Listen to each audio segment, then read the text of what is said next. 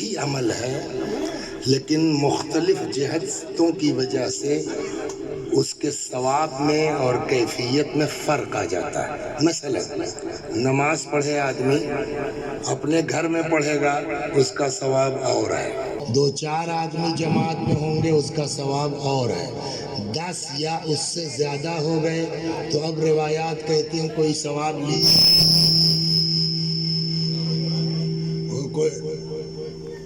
نہیں، وہ ان کی غلطی نہیں ہے، میری آواز کچھ ہلکی سوچا بڑھا دیں تو اس نے وہ کیا۔ صلوات بر محمد و آل۔ ہندوستان میں پڑھیے گا، اس کا ثواب اور ہے۔ مکہ معظمہ میں جا کے پڑھیے گا، اس کا ثواب۔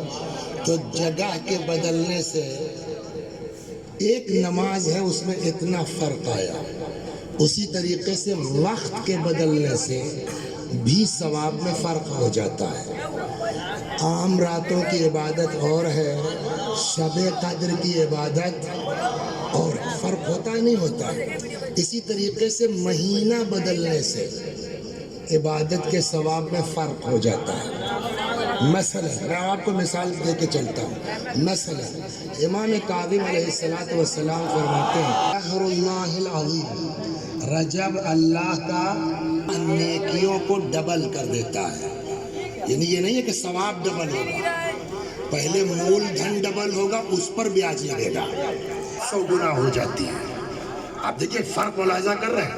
رجب میں اگر 10 روپے آپ نے صدقہ کیا تو وہ کتنا لکھا جائے گا آپ کے اکاؤنٹ میں؟ 20۔ لیکن اگر یہی 10 روپے صدقہ آپ نے شعبان کے مہینے میں کیا تو وہ کتنا لکھا جائے گا؟ 70 گنا، یعنی 700۔ ہاں 700 غلط کہا میں نے، 70 گنا یعنی 70 ضرب 10 برابر 700 لکھا جائے گا۔ تو وقت کے اعتبار سے، زمانے کے اعتبار سے، مہینے کے اعتبار سے، چنانچہ مہینوں میں کچھ مخصوص ہے جو خاص شخصیتوں سے منسوب ہے۔ مثلا حضرت امیر سلام اللہ علیہ نے فرمایا رجب شہری، رجب میرا مہینہ ہے، وشعبان شہر رسول اللہ، شعبان رسول اللہ کا مہینہ ہے۔ اب بتائیے اس کے بعد کون سا مہینہ ہے؟ وہ کس کا مہینہ ہے؟ اللہ کا۔ تو رجب مولا کا مہینہ، شعبان رسول اللہ کا مہینہ، ماہ مبارک رمضان اللہ کا مہینہ۔ کچھ سمجھ میں آیا؟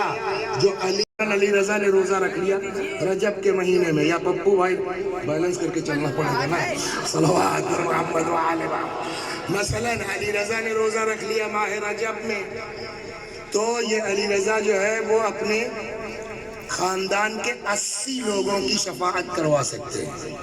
پپو بھائی نے روزہ رکھ لیا رجب میں تو یہ خالی اپنا میٹر نہیں بلکہ 80 لوگوں کی شفاعت۔ روایت کہتے کہ اگر کسی نے رجب کے مہینے میں روزہ رکھ لیا کتنے لوگوں کی شفاعت کر سکتا ہے؟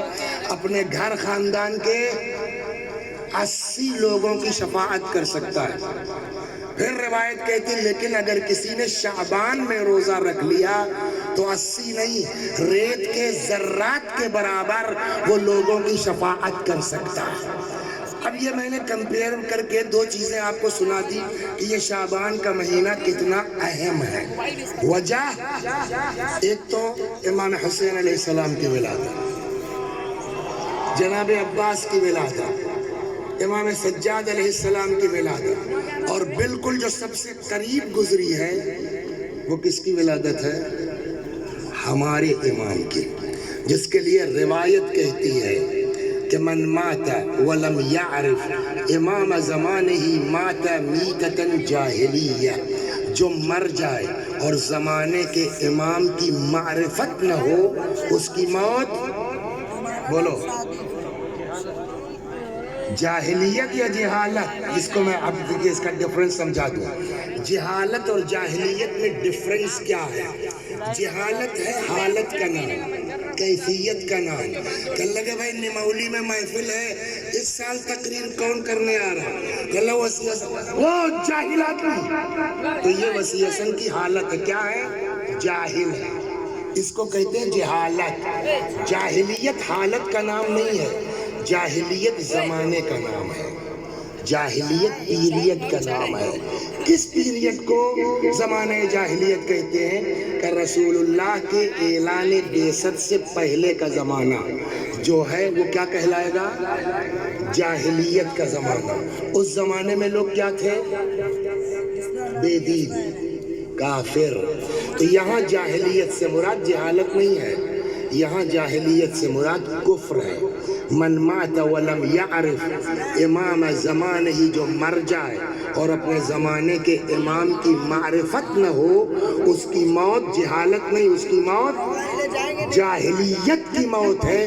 یعنی الفاظ الگ الگ ہیں لیکن ان تینوں قسم کی روایت کا ایک مفہوم ہے کہ جو امام کو پہچانے بغیر مر جائے اس کی موت کفر کی موت ہے.